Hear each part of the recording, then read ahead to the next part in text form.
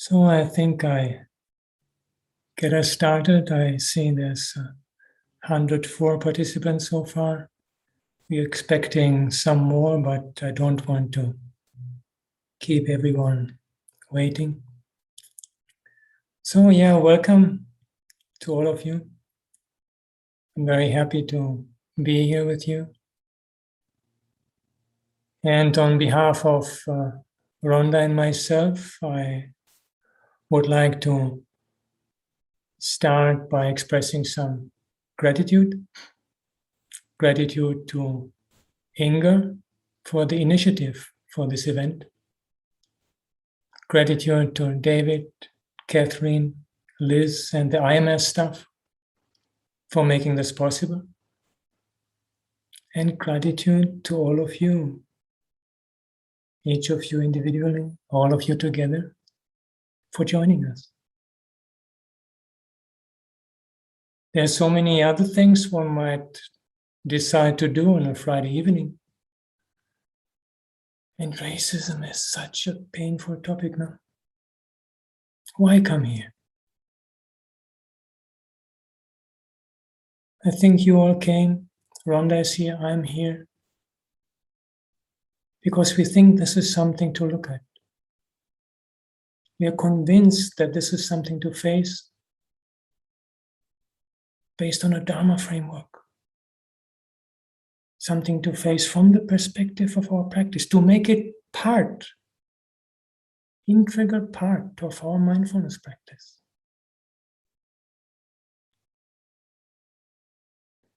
So I like to take a moment of just arriving and just being with the beauty of our wholesome intention. Looking at our mind, just aware of the wholesome quality of the mind that wants to face this problem. The beauty of the mind at this present moment.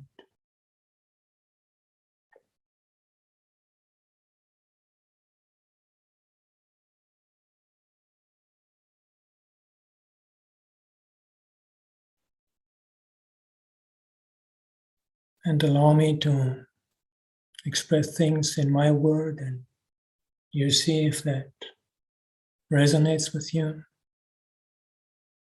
Our willingness to face, recognize the suffering, the huge amount of unnecessary suffering caused by racism.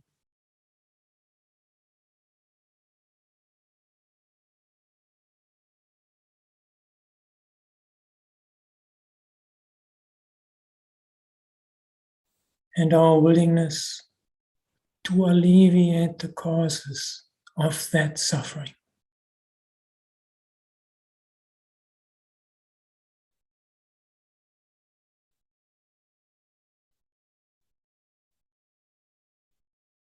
And we are inspired, we can be inspired by that vision.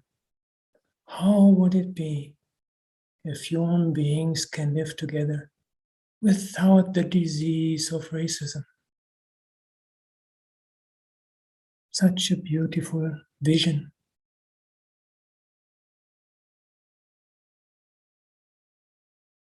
And we want to make this our practice. We want to integrate this into our path to liberation, related to our mindfulness practice.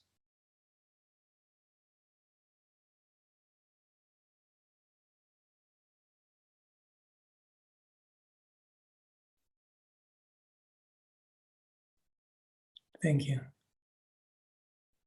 That was the Four Noble Truths, eh?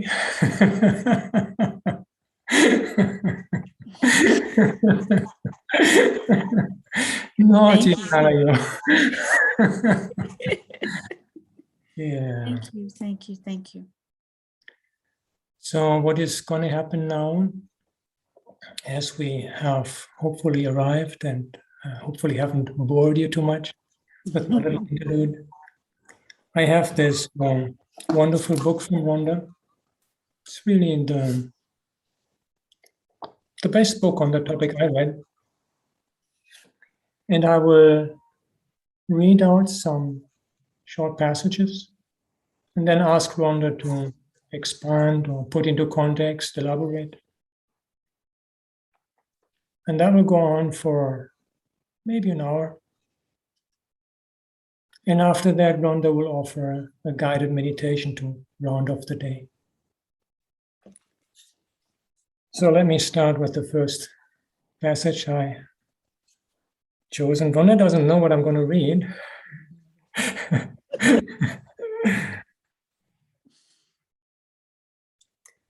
Not one of us can escape from engaging in ongoing, often subtle practices of racialization or race making. We all do.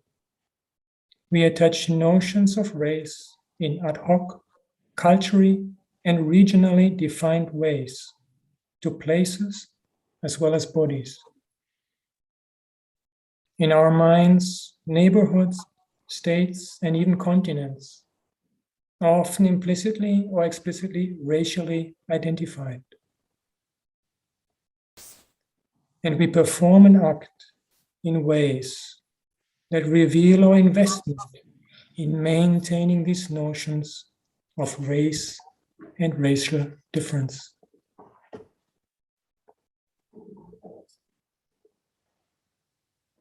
What does it mean to say that a space feels white? It means that the space has been shaped by a culture that has privileged the experiences of white people.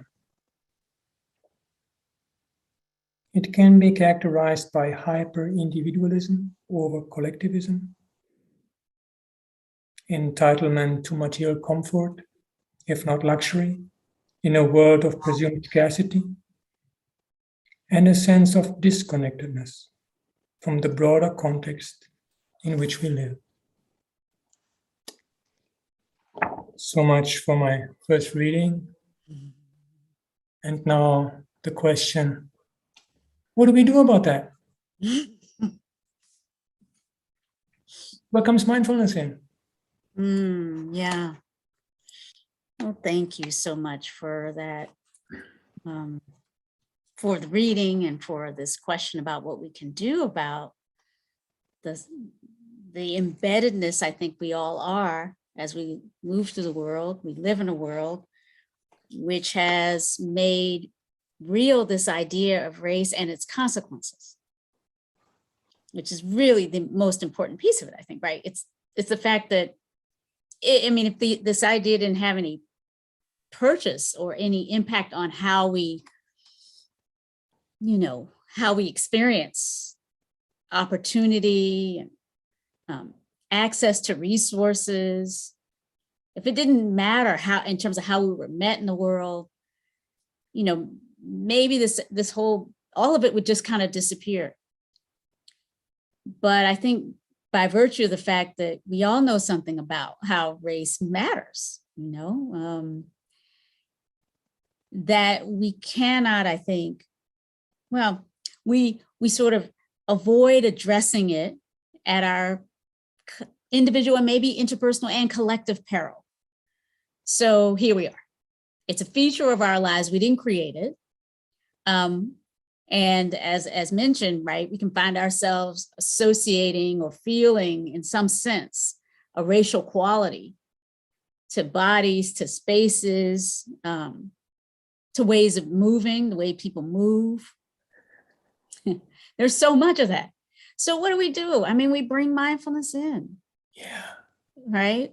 Noticing our, one way to do that is to really notice our reactions, if you will, to other bodies, other beings, places that on some level trigger or give us the felt sense in the body that we might, if we pay attention, notice is associated with something we've been taught about race and or racism. Sociologists will say that it's the fact that race has mattered so much and that there are these hierarchies associated with race. We call racism, bias, colorism is a form of that, where we're rank ordering people based on the degree of lightness or darkness in one's skin. And again, they're proxies for race, one's accent, immigration status, right? So this is really opening up a really big topic, but really the question really at the heart of it is, what can we do about it? And I do think mindfulness can help us in many, many ways. But starting with helping us really get to know our mind and body and spirit, get to know how it is that we relate to those aspects of our experience that signal something about race and racism. So again, for me, I think mindfulness always is this beautiful support for starting right where we are. And just noticing, exploring what are our habits and patterns and conditionings around race and racism. And, from that place, because again, we can talk about it and we can read about it and we can study it. But of course, mindfulness is an invitation for us to come home to the body and come home to what we know in our bones about all of these things. And from that place of kind of openness to just noticing if we're getting attached, for example, to a certain type of body, type of place that in some ways is associated with a certain type of race or narrative about race and who belongs there. Or if we're getting aversive, right? Noticing, again, often as your teachings have helped us understand, Venerable Anālayo and so many other teachings of, the underlying Buddhist traditions, which give rise to what we call mindfulness, right? So mindfulness, of course, being present, paying attention to what is arising. We'll notice if we're paying attention that associated with these ideas of race are, these pleasant and unpleasant feelings, right? Or a kind of a habit of being in a fog of I don't know, ignorance, right? A neutral that can be associated with some, in our own experience, might be kind of neutral around race, like because of the way we're embodied in the contexts that we've lived in, we don't see or feel very much around race. So we may stay in a fog of not knowing, right? And so from that place of like noticing what's happening in the body when I am encountering things around the notion of race, and noticing the range of things and the way different sensations show up in different places and in different environments, different, social locations. And then noticing again how those underlying feeling tones can lead to habits of attachment, aversion, staying ignorant, what in Buddhist language is called often the kind of root defilements, right? Those underlying things that kind of can lead to suffering because we're clinging to something that feels good, being around these types of people, or clinging to this idea of I don't want to be around those people. I'd rather have a wall up against those people, or at least I'm going to be okay with a conversation about maybe we need a wall. I'm not going to fight against it, which is a subtle way of being in complicity with that. So the bottom line is, those are just some of the examples. If we bring mindfulness, this kind of deep mindfulness, to bear on our own experience, right? To just being present, what's coming up for us? Where is that thought, right? The narrative, the analysis that we want to, the argument we want to make. Can we pause that a little bit and feel our way underneath the cognitive work, underneath the argument, underneath the feeling that we have to do this or that right away, and create spaciousness for just sensing into what's happening in the body as a feeling tone, as a sensation, and how am I relating to that? Am I attaching to that? Am I churning it? Am I sort of avoiding it and moving on, distracting myself from it so I don't have to address it? Mindfulness then can really be a support for getting to know our own heart, mind, and body in relationship to race and racism. And from that place, we can discern how to act more skillfully in response to minimize its harms. Oh, that was just so beautiful, Rhonda. Wow. You mapped out the whole four Satipatthanas in relation to racism. Well done, sure. It is the skin of the body in the usual situation. The key is Vedana, sensation, feeling tone. Like, no like, don't care. Like, no like, don't care. And that's so easily to catch. And then see what's happening in the mind.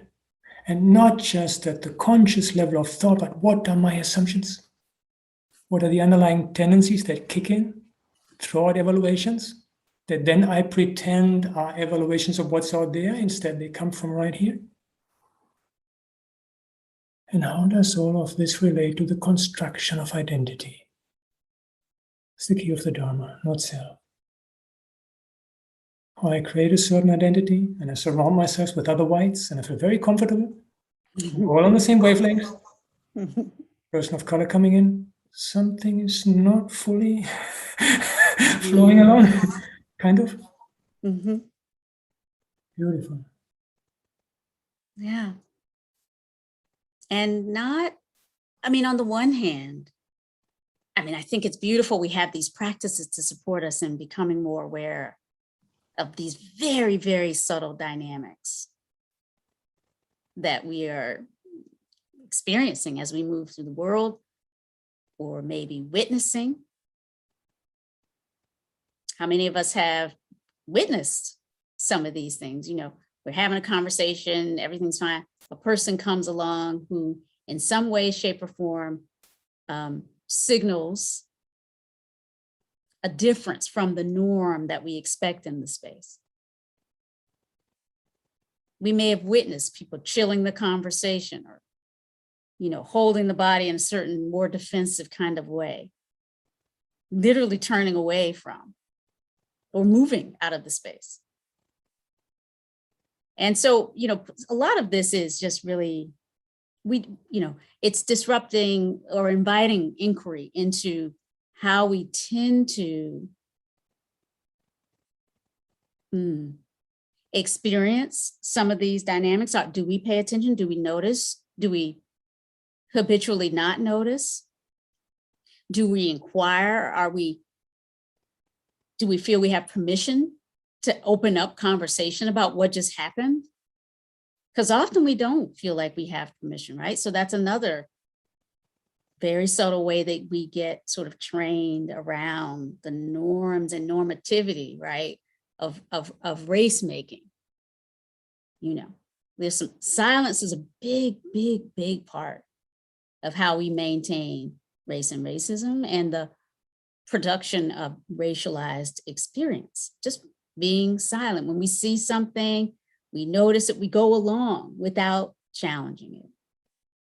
And so it's, in a way, I think it's easier said than done to disrupt these patterns, actually. I think we have to have a little bit of kind of a healthy willingness to be engaged in something that's not as easy as is advertised, right? You know, it's not like we can just decide we want to not be affected by these things, because it's, you know, part of it is that we're constantly being bombarded with images, with kind of subtle invitations, rewards, ways we're rewarded for playing a certain role and complying, being silent, not raising these issues, not making waves, and subtly maybe punished on the other hand. And again, back to pleasant and unpleasant. Does it feel good to be, you know, kind of treated like you're the problem because you raised this issue? No. So that's a training. I'll maybe be silent the next time, because it feels good to be accepted, to be included, even if we're included in a group that is excluding other people. So really creating a space where we can, you know, have permission, give ourselves permission, give each other permission to look at these very subtle dynamics by which race continues to be kind of produced, socially created and produced. And as you know, I don't know if this question was on your list, my dear Bhante Venerable Anālayo, but But in my book, I talk about sociologists who have identified this idea of racecraft, that we can create race. And, the provocative suggestion by the sociologists who've come up with this term is that, we're creating race because we've been so often formed by and informed by racism. In other words, we know something about racism. We know about the history of it. We whether we feel we've been involved in it personally or not, we've learned something about it. And the knowledge of racism, the witnessing of, disparity in terms of health outcomes, income, criminal prosecution, all the different ways we continue to see the manifestations of racism today, systemic racism, educational outcomes differences, and on and on and on. The idea is that by seeing the evidence of racism, it is a very subtle kind of push to promote looking for race, because we have been trained to understand it as socially relevant. And so again, and of course, human beings, we want to be in advance of any potential threat. And racism is threatening to our sense of well-being, right? Because one of the ways that racism shows up is in greater vulnerability of those people to violence, to harm, to all the disadvantages of these systems. And so it's sort of understandable that in a world in which racism is real and outcomes differ depending on our way in which we're racially identified in a space where race matters, then of course, then we're going to be looking for race. And it's by looking and acting in ways that make it real. Oh, yes, I see one over, that we continue to create it. And it's this sort of vicious and not particularly virtuous cycle. Yeah, you said that it's difficult, but I think in the kind of audience we are here, with this background in mindfulness training and even Vipassana meditation, I actually think it is just a question of opening the perspective, because the tools are already there. And it is a problem that I experience also in general, coming from a background of having been an Asian Buddhist for a long time and then coming to the West, and this separation between what in the canonical scriptures are the internal and the external dimension of mindfulness. And the sense that mindfulness means just I, me, myself, sitting there on the cushion and looking inside. And having this, I don't know, you call this what the horses have by their eyes, these kind of things, and not watching anything outside. Those blinders. Yeah, blinders. Mm-hmm. That's not mindfulness.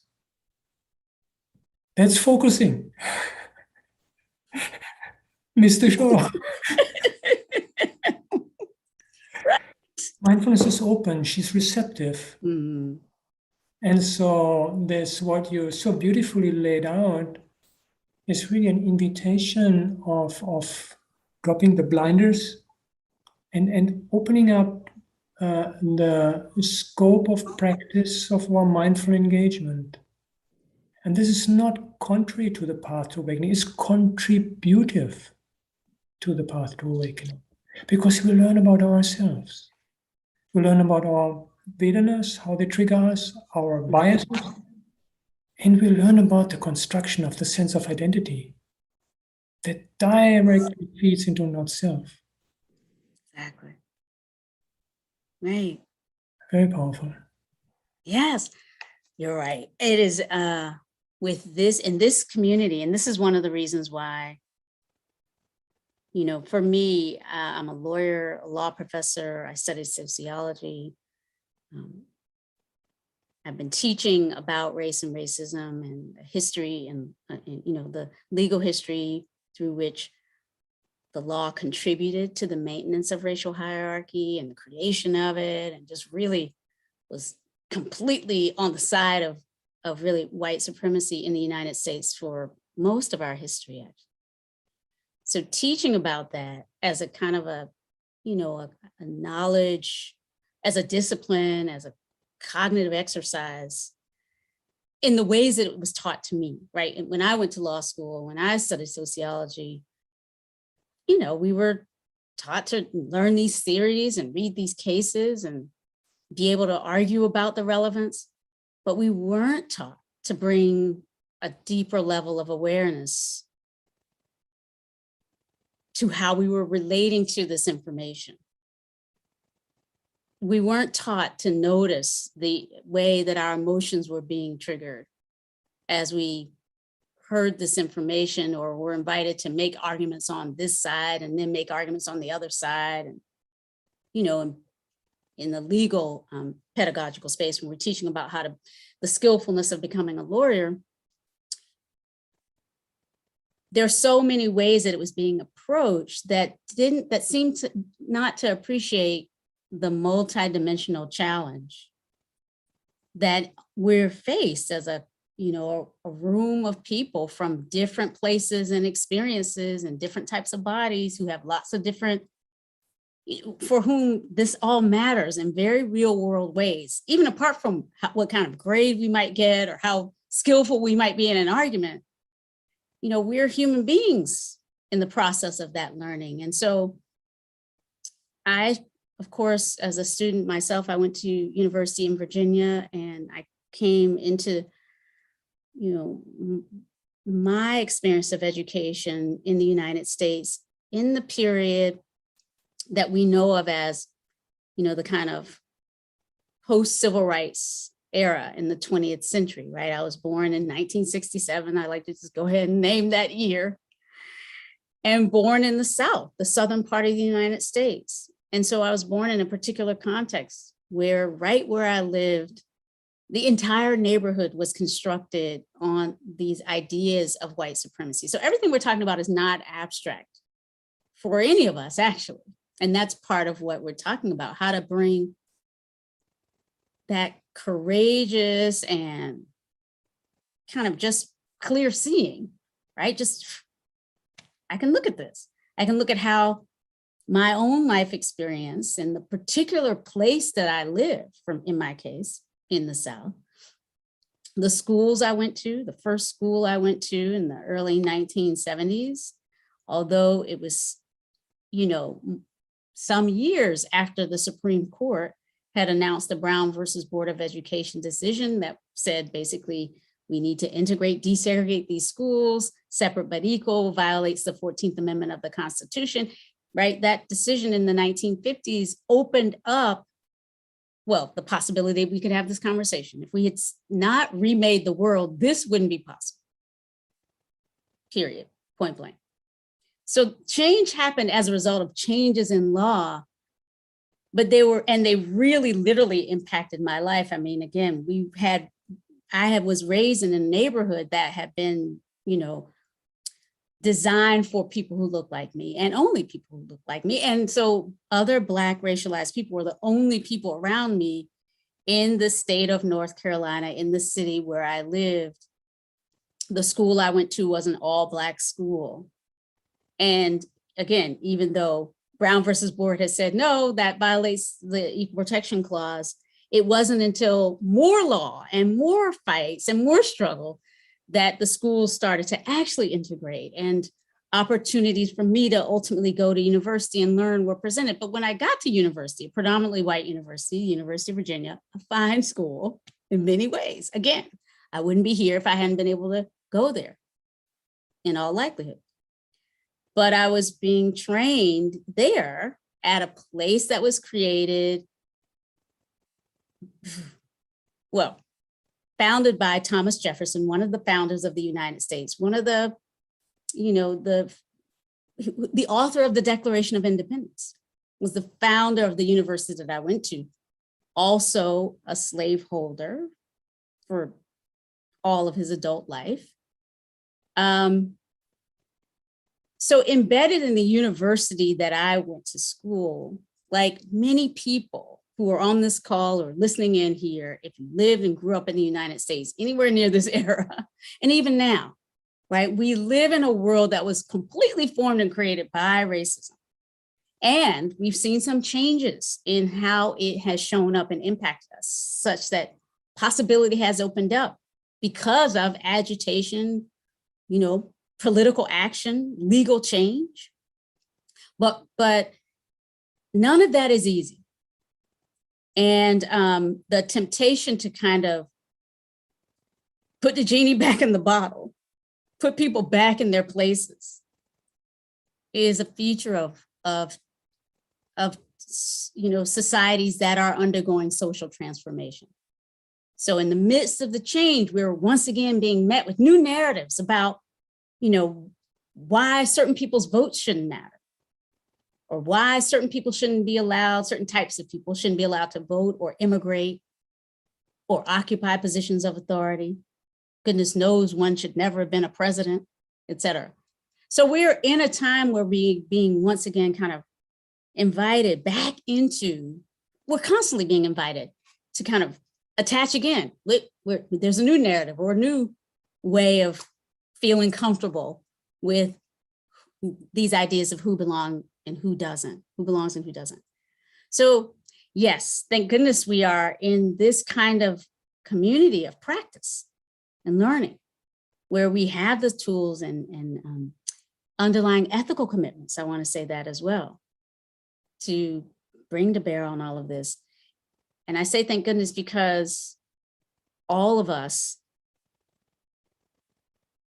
we are in a world where the effort, the struggle to kind of divide us and to kind of get us recommitted to hierarchy is ongoing. It can happen wherever we are. We could be sitting here. Emails could be coming in right now trying to impact how we think about all of these issues. So my hand goes over my heart, because I know that this is not an easy time around all of this. And I know that just to be even more candid, there is kind of an organized effort to divide us, to polarize us, to uplift again some of these old narratives. And people are being harmed as a result. Our entire democratic system is being destabilized as a result.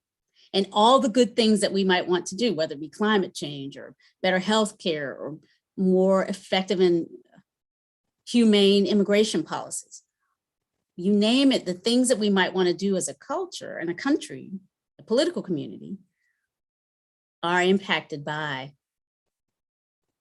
how well we can meet the challenge and how better we can respond to disrupt the invitation once again to kind of organize our thinking and our politics in ways that support racial hierarchy.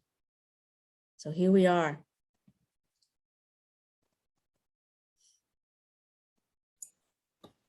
I want to take that up and right away jump to another point in the book. I dropped something else, but there's something that I find very relevant to what you said, which also helps me to understand better what we are dealing with. Much of the emotion that motivates racial reactivity across a wide range of scenarios is some form of fear. Yeah. And I want to add another one, but I want to afterwards take you up on that fear, because that thing's a very important observation. Mm-hmm. We have lacked the consciousness necessary to see our potential together and to lift ourselves up to a new plane for being in relationship with one another in ways that do not depend on power over, but rejoice in power with. These 2 points, the fear and this shift from power over to power with. Yeah. Right. So these are, I think, really, really important points. And I want to just invite the spirit of inquiry around this. So first, to take the first part, how fear is so much a part of, what do we say? The kind of the mechanisms by which racism operates. And, some of the ways that we can be subtly and explicitly, right? There's a whole range of tactics. But if we realize that, and this does begin to link these two themes, the underlying fear, the politics of fear that underlies often, the invitation to reinscribe and to reorganize around themes of race on the one hand, but also what disrupts it or what could disrupt it might be the effort to understand better how to work collaboratively across lines of real and perceived difference to build coalitions through which we don't have to fear each other, through which we can learn how to trust each other and make real the promises and possibilities of this power that comes from our working together as opposed to our dominating each other. So sociologists will tell us that the temptation to categorize human bodies based on some sort of observable or other identity characteristic, right? Most across the world, the most universal categories that we create are around age and gender, even though what we do with age and gender varies, right? So sometimes we give more respect to the elderly, sometimes less, right? It varies. But you look around the world, you see that those are two of the characteristics that societies quite often in some way or another are classifying people and rank ordering in some way. But of course, we're creative human beings. So we don't limit ourselves to classifying based on identity. We are often classifying based on other, what can look like arbitrary characteristics. But in the United States, we've created this thing called race. And once we have these characteristics, these classifications, we quickly tend to create policies, practices, ideologies, stories, all kinds of things that reinforce the idea of a hierarchy of value and worth. And all of that, of course, allows and supports the application of force and power, right? The distribution of resources, right? We tend, in a society where there is surplus of any sort, right? There's profit to go around, there are resources to be distributed. Once we've come up with this idea of some are, better than others, then the maldistribution of resources will follow that. Well, if we just think about that, if that's happening, it's sort of understandable that that's a dynamic that feels threatening to like a soft-bellied carbon-based human being that just needs food and water and safety from violence. In other words, human beings are quite threatened by these practices. We know this. So there's fear that we might be, vulnerable to some harm in a world where hierarchy exists. And so again, given that we've inherited these hierarchies, we didn't, we were born in a world where right as soon as we're born, right on our birth certificates in the United States, somebody's given us a race. They've come up with something, they've looked at my skin color, right? And boom, there's a race attached. They don't do a test. It's not like a genetic test. They're looking at the skin color. The lawyers used some of the old cases describe the unscientific nature of race in America using the phrase an ocular test, meaning we just look at people and we just decide, right? But they try to use a fancy word like ocular, make it sound like it has some, but it's just looking at people. But if you know all this is going on and you know that as a result of that, I might have, more or less opportunity to accumulate resources. If we know that if we learn, as we do, as we age, our capitalist system has enabled the accumulation of wealth to run with these categories. So housing, equal in all other ways except differentiated by the race of the inhabitants in the United States is valued differently, right? Housing costs more in certain types of neighborhoods than others based on race. And that's just one example of how, again, there's these material consequences. Well, we then can feel vulnerable to sort of not being, to everything from not getting enough resources, being treated with disrespect, not getting, the kinds of care that we might need if we're ill. In other words, there's some if we allow ourselves to feel our way into it, we know that there is a way in which there's so much on the line in a society that has really made race and racism a feature. We're all in it, and we're all, vulnerable to sort of all the reactivity that can come from human perception of threat, right? Everything from just subtle discomfort to terror and fear. And that, when that's running in a culture, that can be manipulated as a source of power. That is to say, if I can make you afraid of, people who look like that person, right? Then I can manipulate you in ways that might serve my interests. So there is a way that racism has been used to support, right? Or it is about the accumulation of power, right? You cannot understand racism well in the United States if you're not willing to examine power.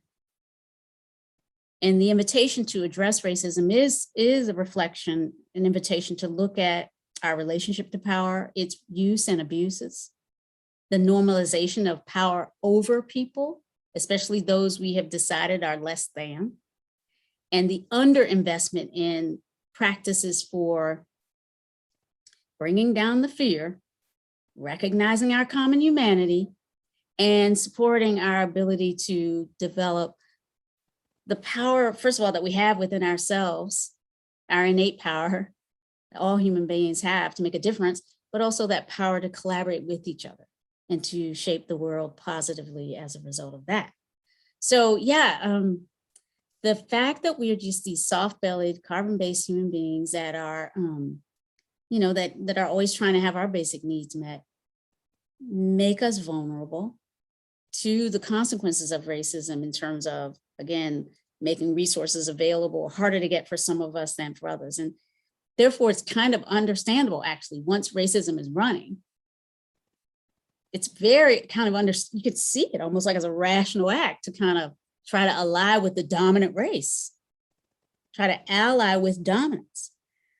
So while, yes, our practices can support us in seeing a little bit more clearly when we're being invited into that dance, there is that ethical question. How do we want to respond to our own sense of disempowerment in a world, right, where we're not on top all the right? Who's in charge here? We're all like vulnerable.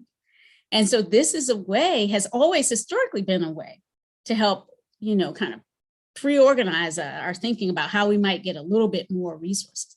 And so the idea of white privilege and the privileges associated with whiteness that have flowed through our culture since the founding. You could avoid being enslaved, yes. You could become a naturalized citizen if you were white, other people could not. Since 1790, our first naturalization law, right? Privileged naturalization is something that whites could have, but others couldn't. And it goes on and on and on from there. And so the fear of being disrespected and disadvantaged is not irrational. That's what racism does. But there are ways to counter that if we can work together to, right, lessen the impact of racism and create more support for all of us to thrive, more fairness, more justice for all of us. And that, I think, is what I'm hoping to inspire in the work that I do. And I just put my hand on my heart because, again, that part again is not easy to kind of maintain. To stay in the struggle for a justice that encompasses the we, like that really is not just about me and mine, that disrupts that narrative and just says, I want a world where we minimize suffering for everybody. That's what I think is the potential of bringing these practices into engagement with anti-racism, social justice, racial justice work. But it is, it's an ongoing challenge because there's a countervailing struggle always. And so we have to wake up each day. How do I want to be in relationship to all aspects of my life, including this dynamic that is trying to subtly invite me back into patterns and practices and complicity with domination and dominating other human beings? How do I want to be in relationship to that? How do I want to stand up? How do I link arms, right? And say, no, I'm going to stand up and amass that power with, as opposed to power over.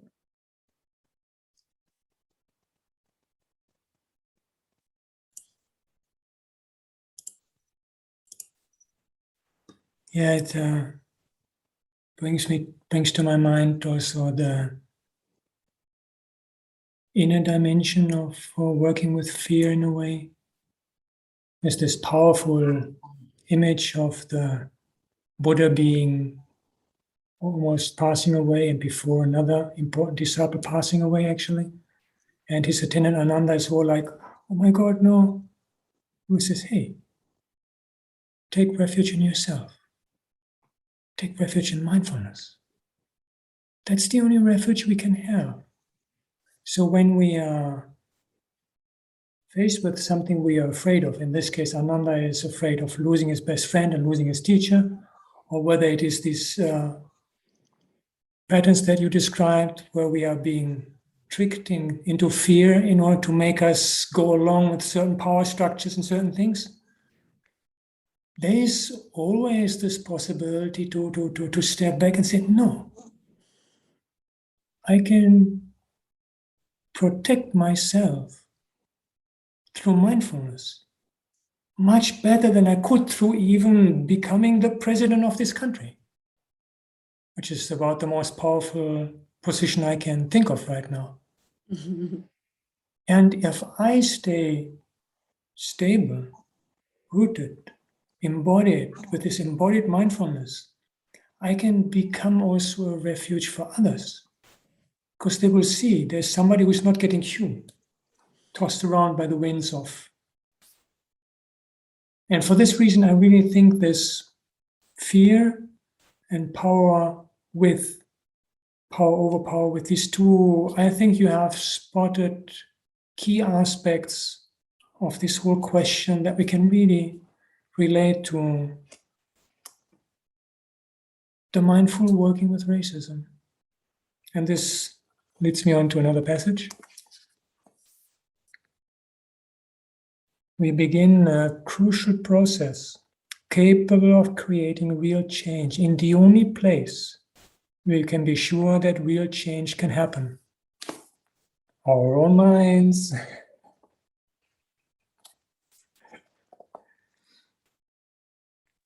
Yes, indeed. We are mindful not only of our own experiences, but of those of the people around us as well. And we practice the mindfulness strong enough to resist the siren song of the world's confusion, separations, over-attachment to outcomes, and ability to live comfortably off the excess afforded by the systemic suffering of others. I think that really nicely brings together the direction we are heading right now. Yeah. Start right where we are. Start with the one mind, the one body that we have some control over as we work with it a little more with humility. But starting with our own commitment to practice, our own commitment to noticing our own habits and conditioning, again, with kindness and with openness, catching ourselves when we might be drawn to take up the bait. And we might be drawn to, seizing on something that makes us feel a little bit better about ourselves and a little safer but instead being able to take refuge in the practices, in these communities of practice, in the teachings, the Dharma itself. I mean, that is the ultimate invitation, and that should protect us. And I mean, I'm just the one to say that if we look at our history, we know that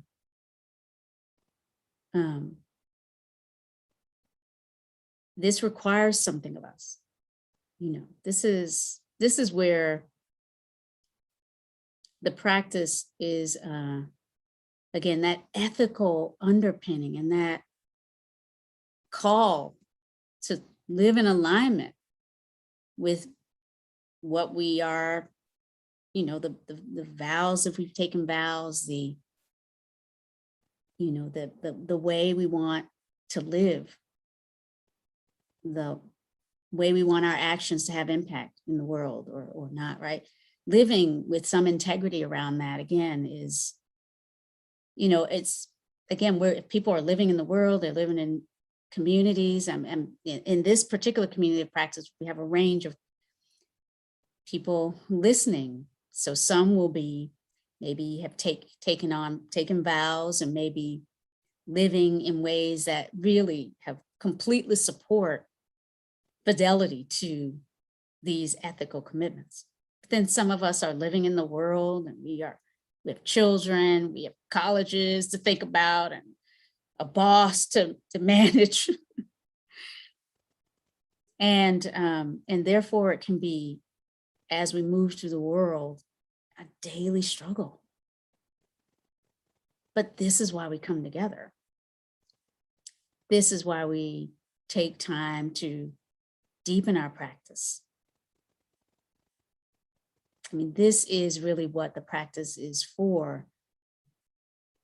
And so I really just have a lot of honor and respect to all those who are here, because again, this is not the mindfulness that's advertised of just like, we just sit and pause and then we have a quick burst of focus and well-being. This is okay, I really have to think about, how am I spending my money? How am I, spending my heart? Like, how am I, my body, where am I placing my body in relationship to these ideas of attenuating racism? Am I? What does racism really even look like in my experience? Because again, we don't live in a world where they've got the white and the black signs up around the schools. It's much subtler. And so how do we continue to kind of work with the personal, the interpersonal, and then the systemic and collective invitations to change the world in ways that minimize racism? Again, I do think these practices have us starting with right where we are and what we can do and how we can be together. And from that can flow changes in terms of the systemic and collective.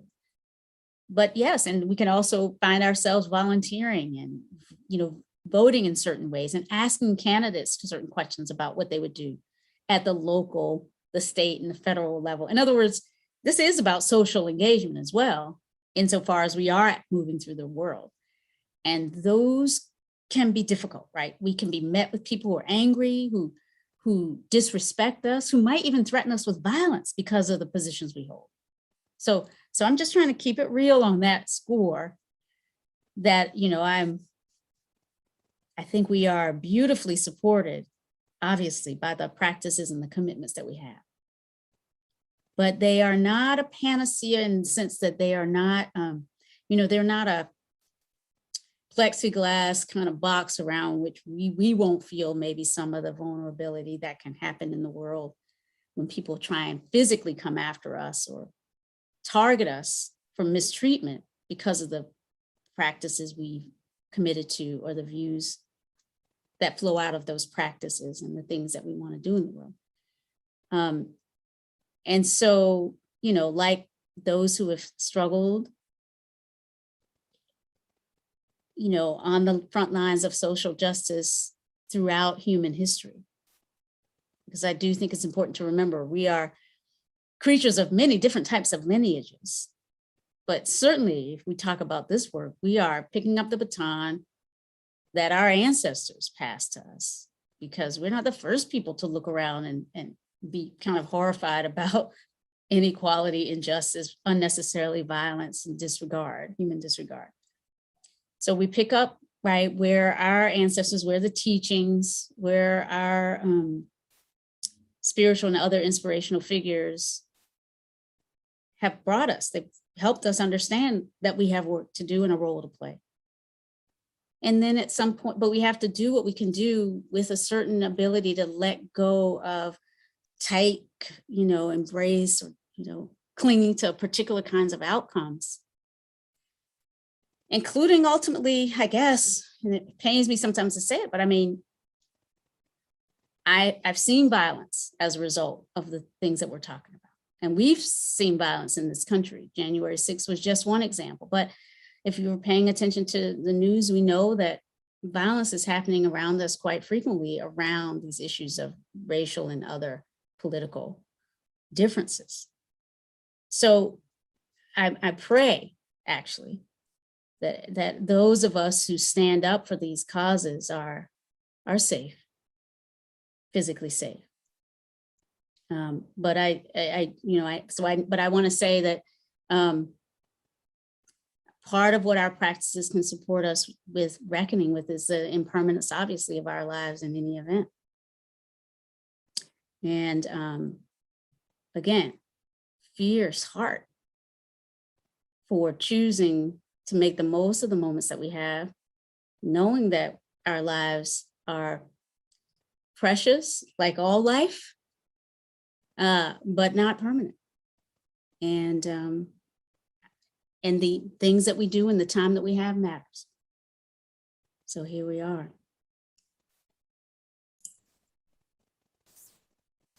Ties in directly with the next passage I wanted to read.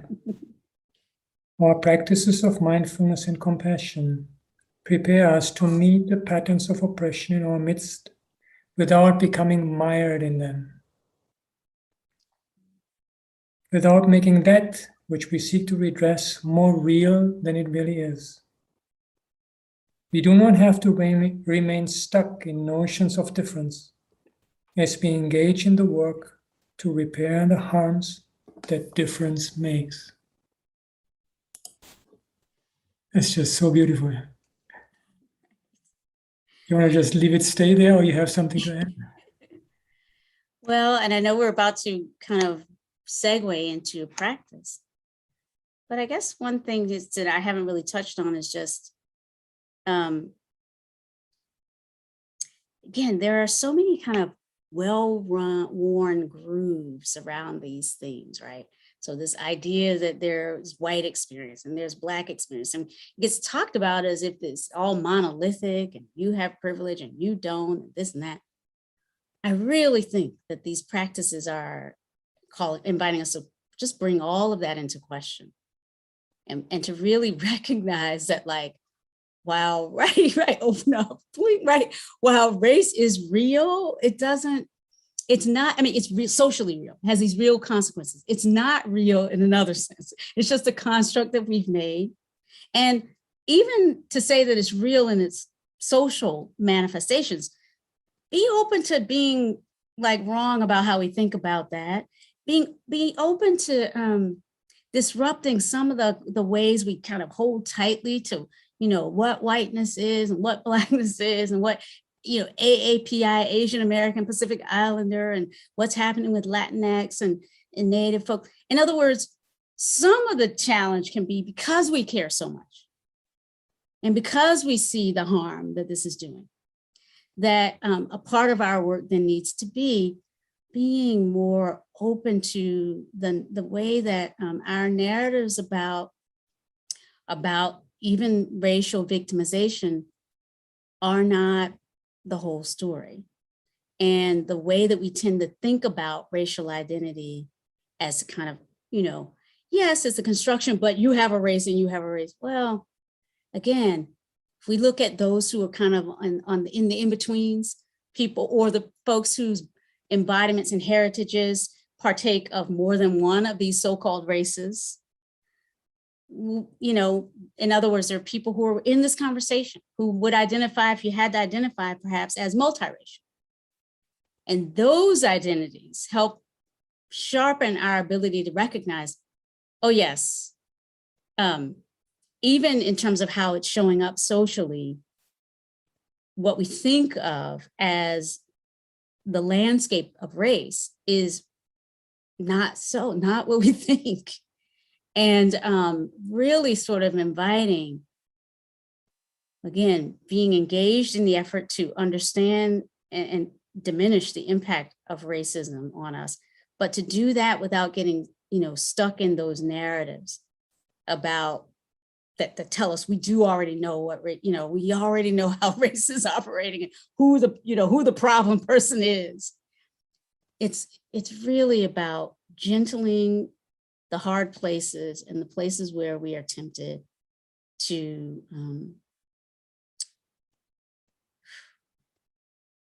once again create a new narrative. And so even those narratives about justice are an invitation through a mindfulness lens to keep waking up.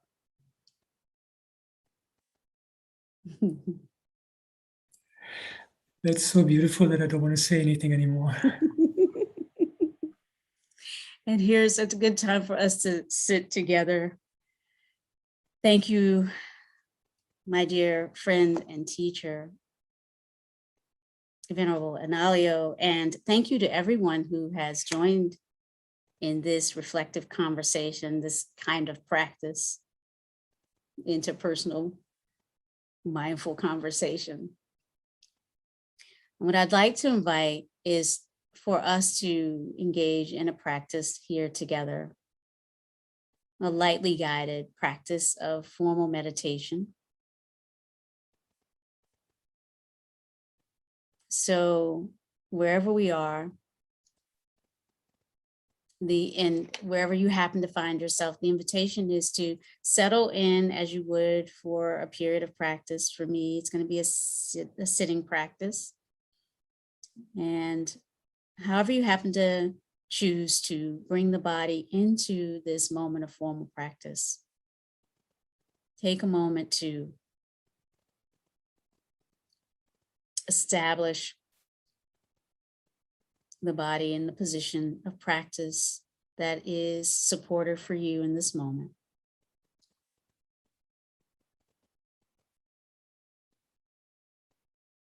So becoming aware of the body in the posture that you've chosen. Feeling the points of contact between the body and the floor if you're in a seated posture, perhaps the feet on the floor, or the points of contact between the legs and a cushion beneath you. And beneath all of this, whether through a chair or a cushion or otherwise, allow yourself to feel the contact with the earth itself.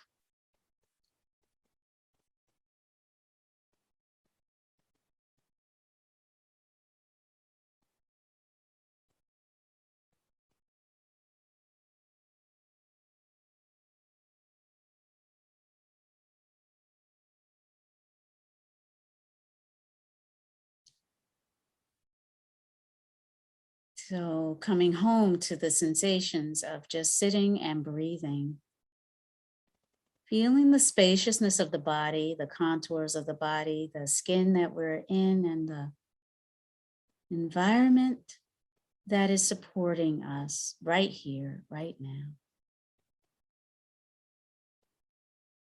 Perhaps allowing the attention to come into more intentional focus on the sensations of breathing.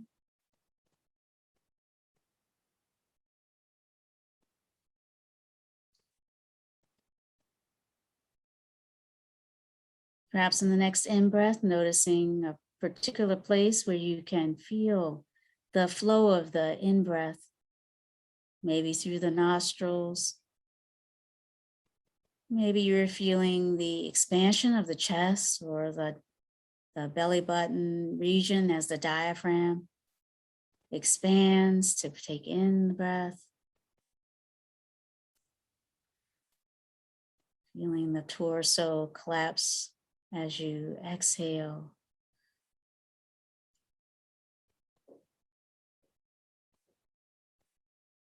Just allow yourself for the next few moments to come home to these gentle sensations by which you know yourself to be breathing in and breathing out.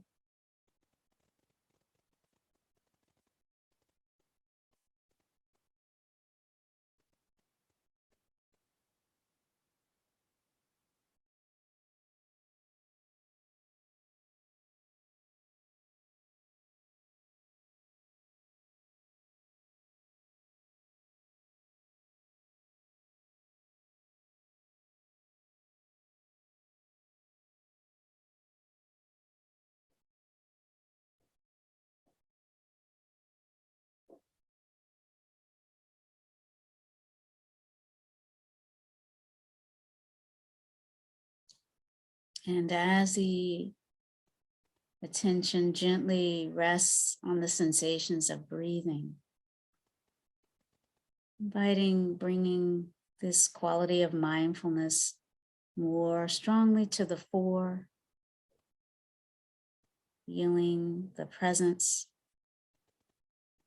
the sensation of being present, being alive, attending to the sense of spaciousness in the body as a whole as you breathe in and out.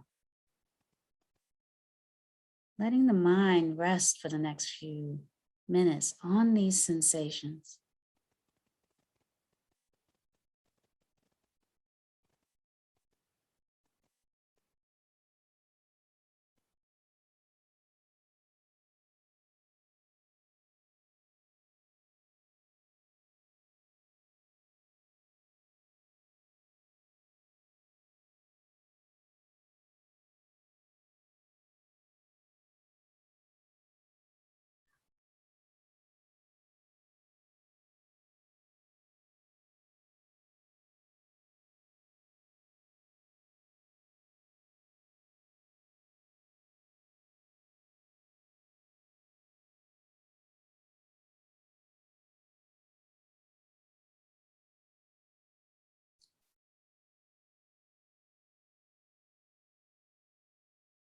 And as we breathe in and out, perhaps now allowing the attention to identify any way in which the body might be feeling some of the resonances or reactivities to the conversation that you just experienced. So just notice if you're feeling anything in the body in the way of difficult emotion, a story that's come up for you or that you heard in our conversation, something that you question you wanted to have answered that has some sort of emotional feeling tone attached in some way to it. So the invitation is just to see how you are in this moment and to allow maybe just a gentle scan of the body to see where in your body you might be feeling some of the stickiness or the way in which that conversation that you just experienced, listened to, witnessed, might be creating some challenge for you.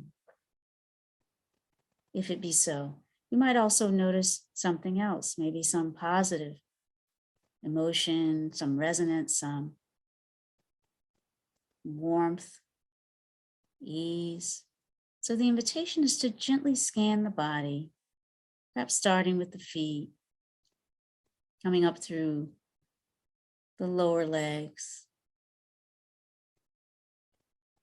knee regions, both legs, the thighs, lower torso. As we breathe in and out, the upper torso and the chest region, the region of the heart. Noticing the quality of the heart in this moment. And again, if there's sadness, heartbreak, anger, even rage, the invitation is to just allow yourself to feel what you're feeling. Maybe allow a word or two to come up to help in naming what we are feeling in this moment. Again, the feeling might be one of ease or even comfort or joy, whatever it might be. No right or wrong here. Inviting mindfulness of our emotions, the thoughts associated with the feelings that we have in the body to become more present. And so if a whole story is coming up and many thoughts, the invitation is just notice the river of thought, emotions. And perhaps to allow an image or a phrase to capture that which is coming up for you, but then see if as you breathe in and out, you're willing to allow the story, a strong emotion to be released to whatever degree you might be holding on to it. As you breathe in and out, noticing what else is here.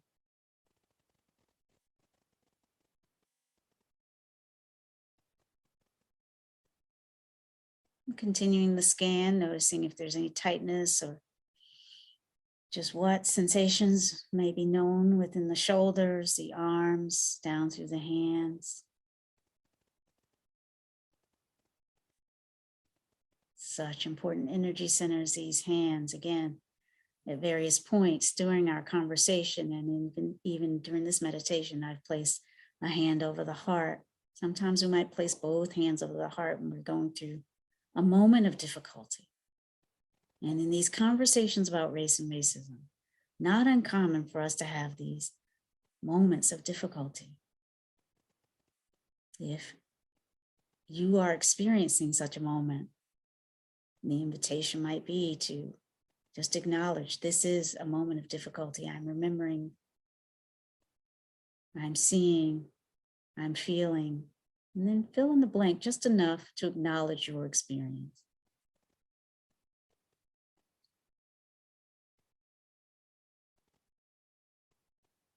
And if you're willing, having acknowledged what is so for you in the way of difficulty that's coming up as you think about the interrelationship between awareness practices and compassion practices and actually trying to make the world more just and less racist, frankly.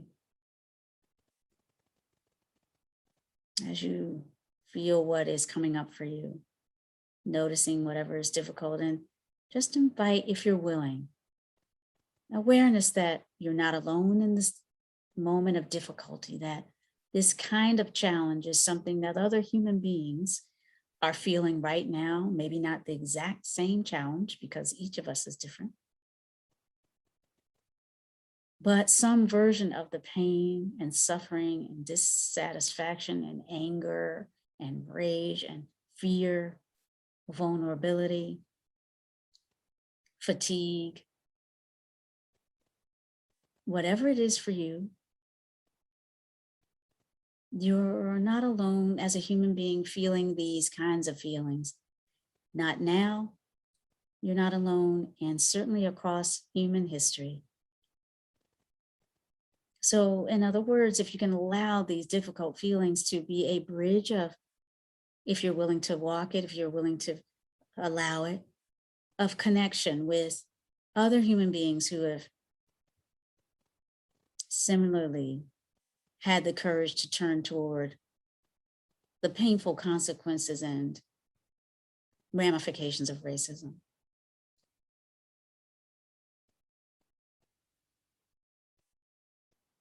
We are not alone in this suffering.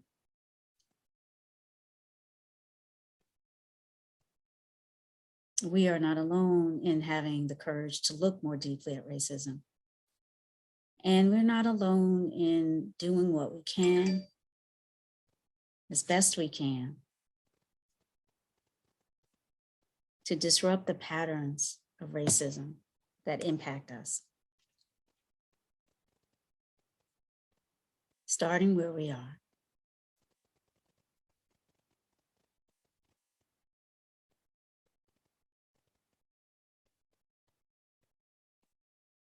But as we notice the pain within us, the sorrow, the sadness, the anger, the rage,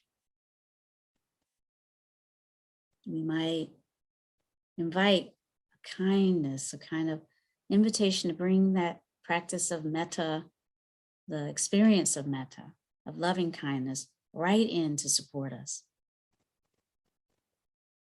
Lovingly, gently holding our experience in this moment. And inviting on the next in-breath, noticing what is well within you, what is strong, what is feeling the resources of being connected with other human beings who also care about these issues. Feeling the strength of that.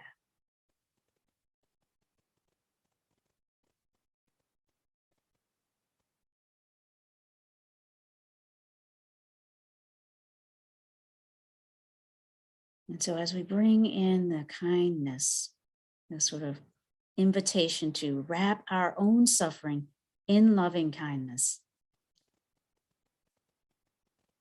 from this place, breathing in and breathing out, perhaps feeling a little bit more groundedness in the ability of these practices to help support us when we're going through difficult emotion. Feeling the ground beneath us, feeling the strength of the breath as you breathe in and out.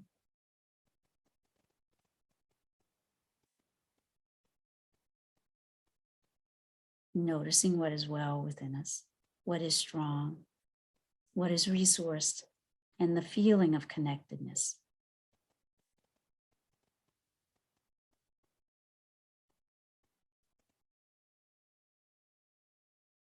So once again, perhaps on the next in-breath, deepening the sense of what is well and strong and resourced within us, and breathing out on the next out-breath, extending the wish for well-being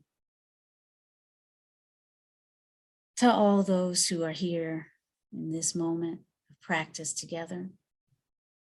So breathing in what is well and strong and safe and connected. Breathing in a sense of the resources we have for this work. Breathing out the wish for well-being that includes for ourselves. We wish to be well and safe and strong. And we wish that for those who are suffering right now, who are experiencing racism in the interactions with immigration policies right now. We extend the wish for well-being to those who are experiencing racism in their public service work as teachers, as healthcare providers.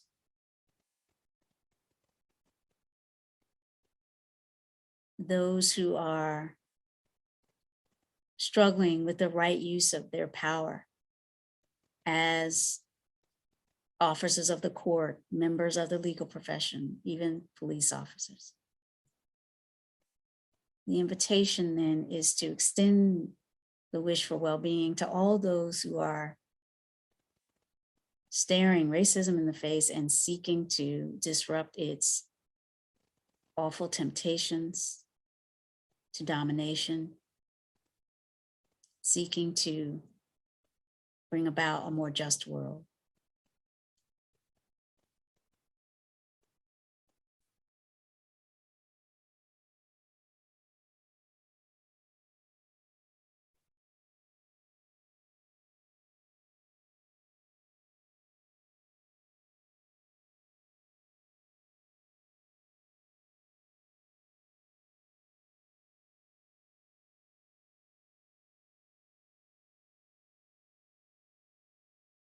Now allowing those images and invitations to dissolve, and for the next few moments and minutes, allowing yourself to feel the support of your own practice,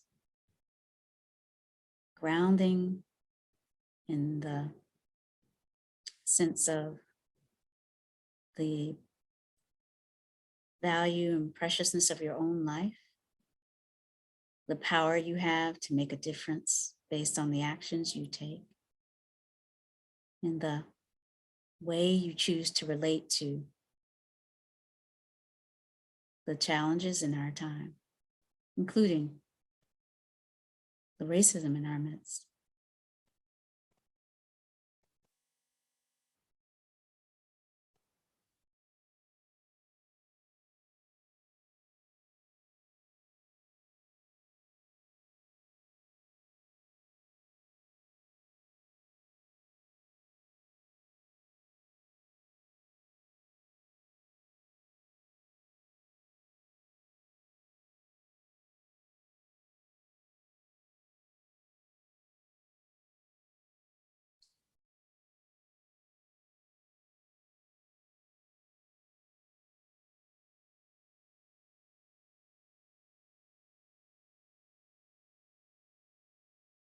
As we begin to bring this practice to a close,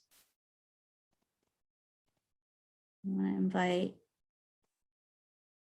if you're willing, an engagement with these traditional phrases drawn from a loving kindness meditation that I will offer. And the invitation would be to inwardly repeat these to yourself, and perhaps extend the wish and the invitation to loving kindness beyond yourself to those who might be suffering even more in this moment. May we each and all be filled with loving kindness. May we be well. May you be well. May all those who are suffering be well in body and in mind.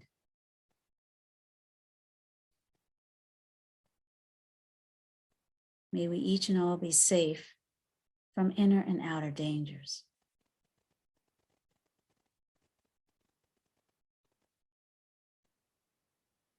May all beings be truly joyful, easeful, and free.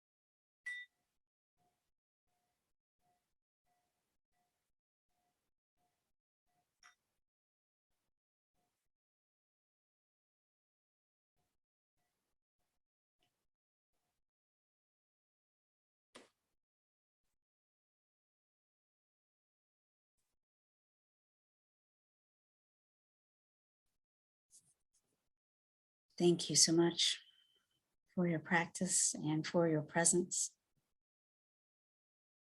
And may you be safe and be well.